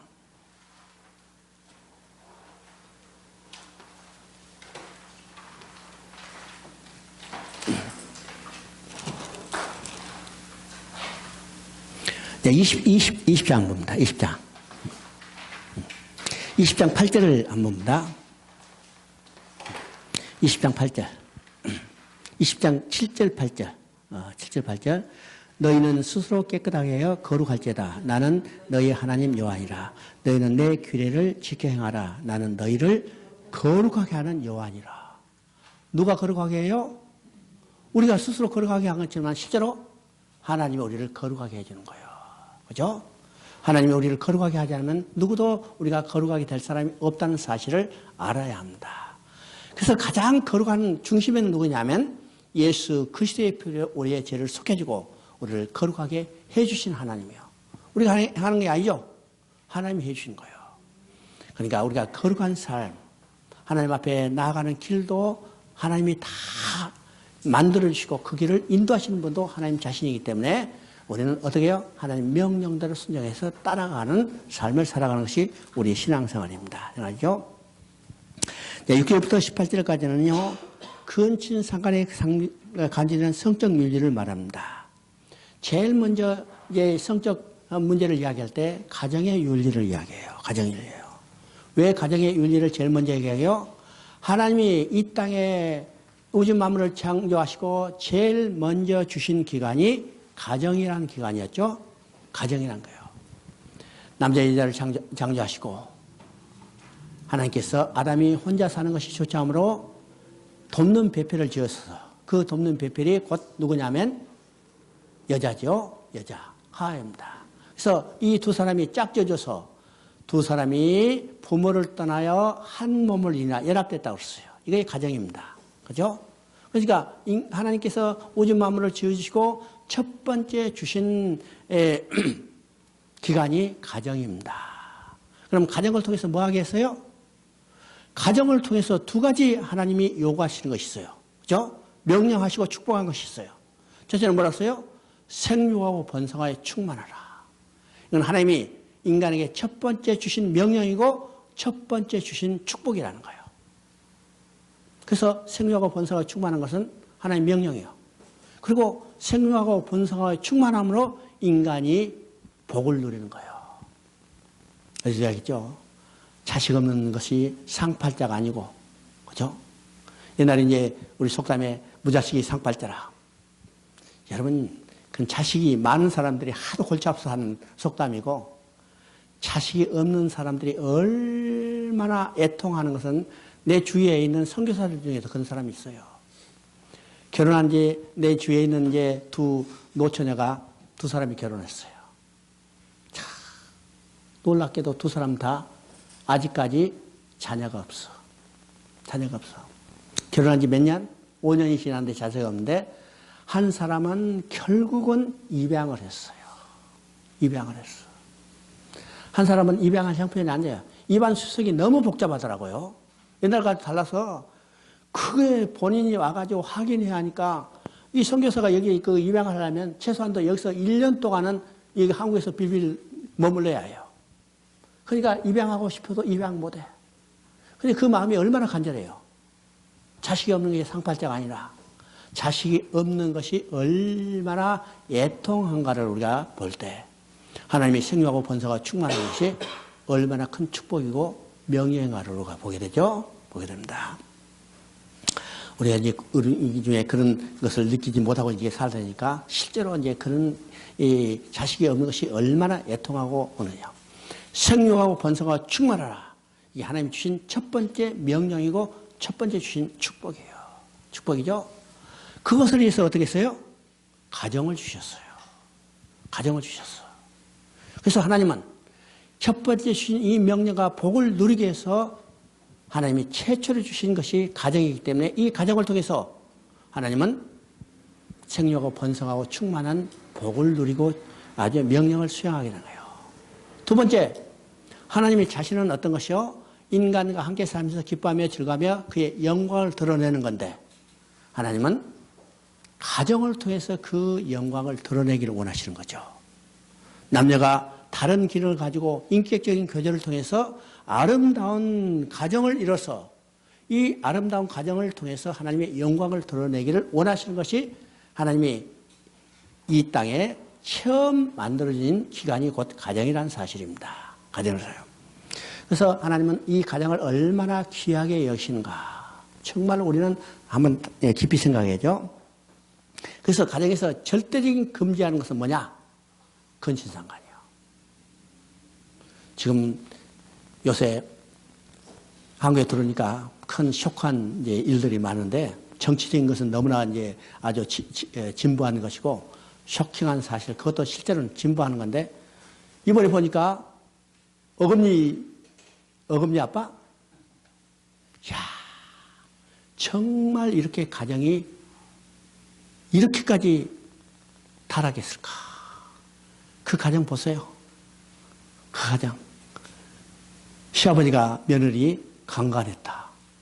또 이제 한편에서는 며느리가 시아버지 유혹했다. 이제 그런 것 때문에요. 또 이 사람이 어떻게 했어요? 자기 마누라 이게 성매매 시켜서 돈벌이 하는 애요. 야, 이건 도대체 인간 사이에서 이런 일이 일어날까? 근데 실제로 일어났잖아요. 실제로 일어났어. 바로 레위기 18장을 읽으면, 야, 그런 일이 옛날에서 있었구나. 그런 일이 지금만 나타난 게 아니라 옛날에도 있었구나. 그 사실을 보게 돼요. 그죠? 근데 하나님께서 이 근친상간을 얼마나 싫어하시는가? 왜 엄격히 금지하시는가? 그 규례가 무엇인가? 우리는 한번 생각해 봐야죠. 하나님 질서의 하나님이요. 그래서 경계를 전하시고 그 경계를 절대로 지키도록 명령하는 것이 바로 이 가정에서 성의 문제죠. 하나님은 이 성에도 엄격한 경계를 정하셨어요. 정상적인 부부관계 조건에서 성관계는 건강한 가정 질서, 곧 하나님의 명령을 준행하기 위해서 주어진 것입니다. 그런데 이것을 벗어난다면 이건 문란한 것이 되죠. 문란한 거죠. 우리 이제 사회가 건강하기 위해서는 제일 기초적으로 가정이 건강해야 합니다. 가정이 건강하고 그 다음에 교회가 건강해야 이 사회가 건강할 수 있어요. 건강할 수 있죠. 오늘 지금 사회가 여러 가지 문제가 나타난 것은 어떤 현상이 나타나면 우리의 영적인 면에서 교회가 문제가 많아요. 그럼 교회가 문제가 많은데 또 거기에 내부를 보면 가정에 문제가 많아요. 가정의 문제. 가정에 여러 가지 문제, 정말 오늘날 다 이야기할 수 없는 여러 가지 문제들이 나타나죠. 그러면 가정이 건강하지 못하기 때문에 그에 따라서 교회도 건강하지 못하고 교회가 건강하지 못하기 때문에 사회도 건강하지 못한다고 우리는 볼 수 있습니다. 오늘 이제 어떤 사람들 그러죠. 야, 한국교회가 지금 어지러운 것은 교회가 부패하기 때문이다. 이게 공식적으로 이야기하는 사람들도 있어요. 교회가 재구실을 못하기 때문에 이 사회가 어지럽고 힘들다 이렇게 얘기하는데 그 내부는 뭐예요? 가정이 또 문제예요. 가정이 문제예요. 그러면 가정이 건강해야 교회도 건강하고 교회가 건강해야 사회도 건강해요. 그래서 하나님이 가정이 하나님의 세워진 공동체가 건강해야 된다. 바로 이것을 위해서 하나님은 가정 내에서 여러 가지 성의 윤리를 제대로 지키도록 인정하죠. 육체에 의해서 가정의 근친상간이 이루어진다면 어떤 일이 벌일까? 가정이 참 괴로워지죠. 그죠? 가정 안에서 사랑이 완전히 식어져요. 가정은 근본적으로 무엇으로 이루어지냐면 사랑으로 이루어진 공동체인데 만약 근친상간이 이루어진다면 가정의 사랑이 다 식어지는 거죠. 식어지죠? 육체에 의해서 양육강식이 나타나고 동물적 사회로 전락돼 버리는 겁니다. 그 다음에 세대 간의 혼란이 나요. 가정에서는요, 할아버지, 아버지, 자녀들 또는 손녀딸, 이 엄격한 가정의 질서가, 규례가 이루어지는데 또 부부와 자녀, 이 질서가 이루어지죠? 이 질서는 뭐예요? 세상처럼 이게 개방된 게 아니라 가정이라는 공동체에 딱 갇혀있는 세계예요. 그죠? 한 집안에 이 모든 세가 있을 때는 이 집안에서 이 엄격한 질서가 잘 이루어지도록 돼야 해요. 아세요?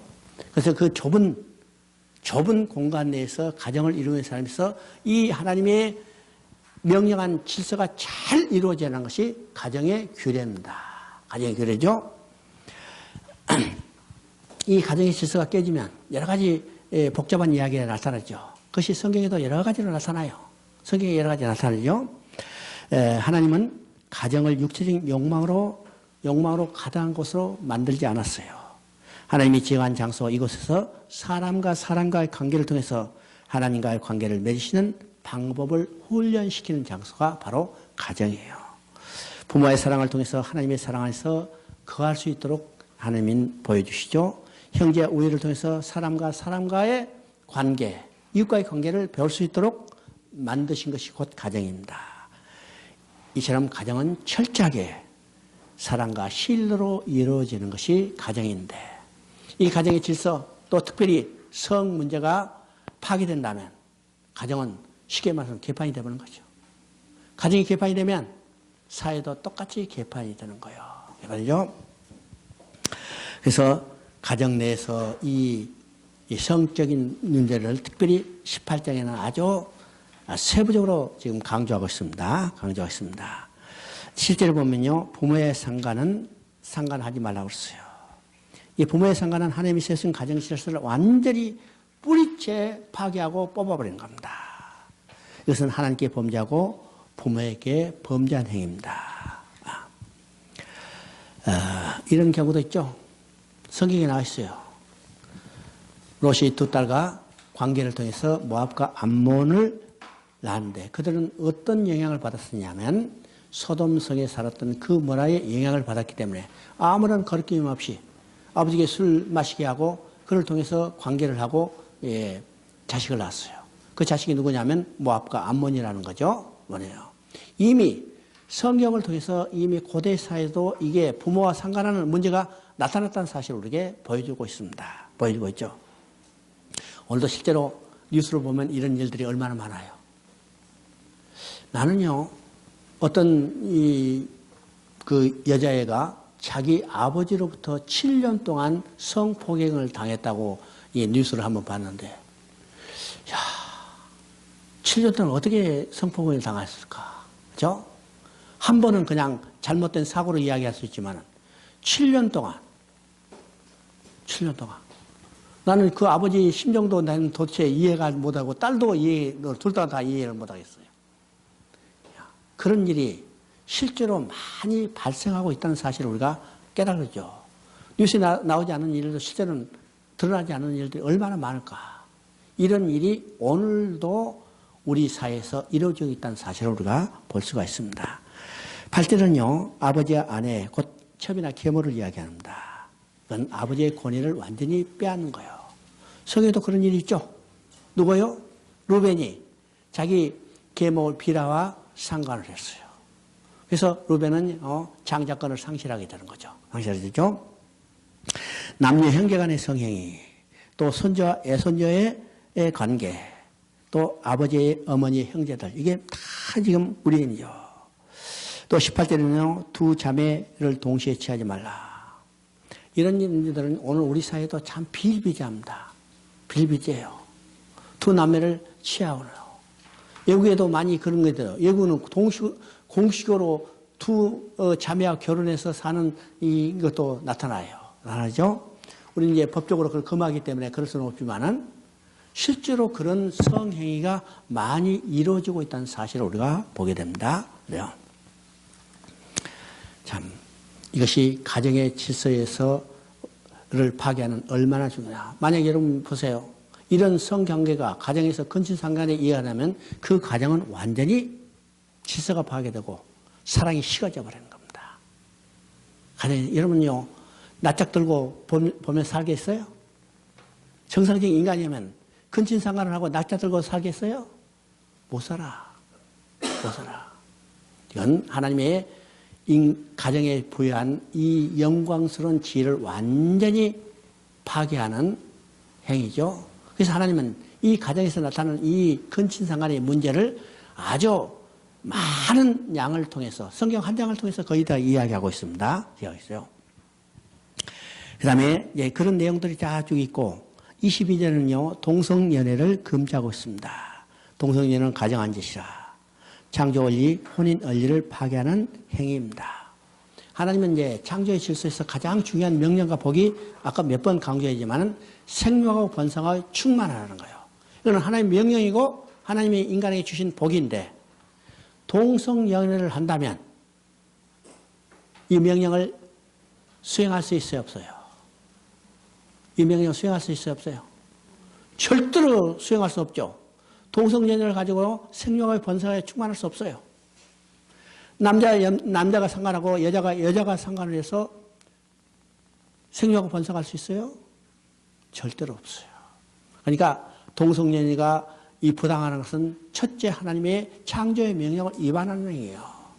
여러 가지 병의 원인이고 뭐고 이제 다 그들이 대항하에 나오지만은 이 창조의 명령에 대한 것에 대해서는 절대 명령이죠. 동성연애 가지고는 절대로 창조의 명령을 수행할 수 없어요. 맞죠? 23절에는요, 짐승과 교합하는 것을 금지했죠. 짐승과 교합하는 것을. 여러분, 짐승과 교합하는 것은 인간의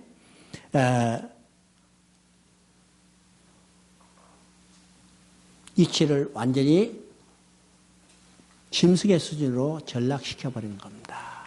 전락시켜버리는 거. 하나님은 종과 종의 관계를 명확히 구분해서 창조했어요. 그렇죠? 그리고 그 중에 인간만은요, 하나님의 말씀대로 지지 않고 특별한 존재로 지으셨기 때문에 이 인간은 절대로 짐승과 교합할 수 없어요. 여러분, 짐승도요, 인간이 억지로 교배하기 전에는 다른 종과 절대로 교배하지 않습니다. 교배하지 않아요. 인간이 억지로 그를 교배해서 나지만은 인간이 억지로 교배시키기 전에는 짐승의 세계에서도 종과 종에 절대로 교합하지 않아요. 혼합해서 교배하지 않습니다. 그런데 만약 인간이 짐승과 교배를 한다면 인간을 누구의 수준으로 떨어뜨리는 거예요? 짐승의 수준으로 떨어뜨리는 겁니다. 떨어뜨려요. 실제로 오늘 이런 일이 많이 있죠? 많이 있어요. 저는 이제 오늘 애완동물, 그걸 반려견, 그걸 많이 이야기하죠. 야, 나는 그거 보면 참 놀라운 이야기들이 많이 있죠. 짐승을 이게 개를 부를 때 완전히 자기 남편 부르듯이 부르고 자기 자녀들 부르듯이 불러요. 그거 보니까 완전히 물론요, 좋아하는 것은 말릴 수 없지만은 그것이 완전히 짐승의 수준을 인간의 수준으로 끌어올리는 게 아니라 인간이 짐승 수준으로 떨어지는 거예요. 떨어지는 겁니다. 근데 오늘 그런 것들이 아주 세계의 여러 면에서 아주 거의 나타나죠. 나타나요. 개고기 먹지 마라. 중국에도 개고기 먹지 말라고 지금 이제 한참 이야기합니다. 개는 먹게 돼 있어요. 하나님 짐승 먹게 돼 있으니까. 그죠? 물론 이제 좋아하는 거 자기 참 따뜻하게 해가지고 반겨주는 거 그것 때문에 이제 끌리지만은 이 수준은 우리가 경계는 분명히 정해야 합니다. 경계를 무너뜨리고 있기 때문에 지금 문제가 되죠. 수준 이상의 경계가 무너뜨리기 때문에 우리는 그 문제예요. 그러나 경계는 왜 정해져야죠? 좋아하는 정도가 경계가 딱 정해지는 거예요. 정해지지 않는데 그 수준을 넘었기 때문에 오늘 문제가 되는 겁니다. 짐승과 교접한다는 것은 인간을 짐승의 수준으로 떨어뜨리는 아주 행위입니다. 자, 24절, 25절은요, 인간이 죄를 범하면 땅도 더럽힌다고 그랬어요. 땅도 더럽힌다고 땅도 이제 토해낸다고 그랬습니다. 인간이 범죄함으로 땅도 저주를 받았겠죠. 땅도 저주를 받았어요. 그래서 인간이 죄를 하면 땅도 오염되고 하나님이 땅에 오염되면 토해낸다고 그랬습니다. 토해낸다죠. 그래서 인간의 범죄가 얼마나 무서운 영향을 미치는가를 우리가 보게 됩니다. 그렇죠? 우리 이제 요에서를 보면 메뚜기 재앙이 나타나요. 메뚜기 재앙이 나타나죠. 또 룻기에 보면 그 땅에 기근이 들었다고 했어요. 기근이 들었다. 그러면 이 시대가 어느 시대인가? 인간이 극도로 타락한 시대예요. 극도로 타락한 시대죠. 극도로 타락하기 때문에 인간을 징계하기에는 방편으로 뭐가 나냐면 그 땅에 기근이 나는 거예요. 그 땅에 뭐가 났어요? 메뚜기 재앙이 나타난 거예요. 이 재앙을 통해서 뭐예요? 이 재앙을 통해서 하나님의 심판을 계시하는 겁니다. 심판을 계시하는 거예요. 근데 우리 룻기를 보면 그 땅에 기근이 들자 인간이 하나님의 징계를 깨닫지 못하고 그것으로 도망가는 거죠. 그것으로부터 도피해서 도망가죠. 인간은요, 하나님으로부터 범죄한 인간은 하나님부터 어디로 도망갈 수 없어요. 도망가서 잠깐 좋은 꼴을 보는 것처럼 생각되지만은 그보다 더 무서운 징계가 있다는 사실을 보게 돼요. 나오미의 가정이 베들레헴에 기근이 들자 그 기근을 피해서 보따리 싸가지고, 그죠?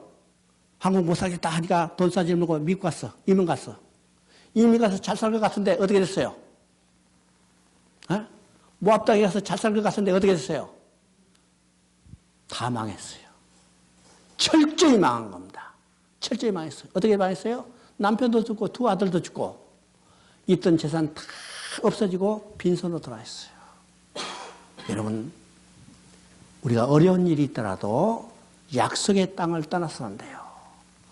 하나님을 떠나서는 안 돼요. 예수님을 떠나서는 안 돼요. 우리에게 어려움이 있다는 것은 하나님께 더욱 가까이 오도록 하나님의 궁유라는 사실을 우리가 알아야 합니다. 하나님이요. 나를 사랑하사 나를 더 가까이 나오도록 하나님의 실력일 때 우리는 어려움이 있을 때는 어때요? 하나님 앞에 더 가까이 해요. 금식해야 해요. 그렇죠? 하나님 앞에 더 가까이 해요. 우리 금식하는 목적이 뭐냐 하면 나를 버리고 하나님께 더 가까이 가기 위한 자기 헌신이라는 사실이죠. 그렇죠? 그렇기 때문에 내가 나를 버리고 하나님께 더 가까이 가기를 원한다면 하나님 기뻐하시겠어요? 기뻐하지 않겠어요? 기뻐하는 거예요. 기뻐하는 거예요. 오늘 이제 금식이 목적이 잘못돼가지고 자기 계획과 목적을 수단을 달성하기 위한 악을 쓰는 이런 것으로 변질돼서 잘못된 기도가 될 수도 있죠.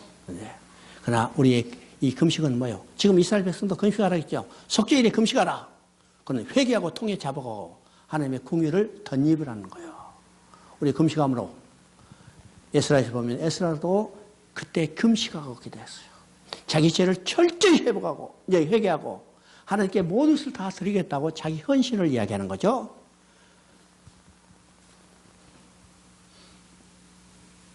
이때 하나님은 궁일히 여겨 주시는 겁니다. 인간이 지나는 범함에 인하여 그 땅도 하나님이 오염돼서 토해 버린다고 그랬어요. 그러니까 인간의 죄가 얼마나 가공할 만한 것인가를 깨닫게 하는 겁니다. 깨닫게 해요. 자, 오전은 여기까지 하십시다. 하나님 아버지 참으로 감사합니다. 우리가 레위기를 통해서 하나님이 우리를 향한 뜻이 무엇인지를 깨닫게 하셨고 이제는 그 뜻을 깨달아 하나님의 말씀대로 순종하며 하나님께서 우리에게 명령함으로 복과 생명을 보장하는 그 말씀대로 우리가 순종하며 살 수 있도록 저희들의 모든 삶을 친히 주관하시고 인도하여 주시옵소서. 오후 시간에도 주님 동일한 은혜를 베풀어 주셔서 우리가 더 깊은 하나의 은혜를 체험하고 깊은 은혜 속에서 하나님의 영광을 드러내는 믿음의 신실한 주의 자녀들이 되도록 주의 축복하여 주시옵소서. 이 모든 말씀 우리 주 예수 그리스도 이름으로 기도드립니다. 아멘.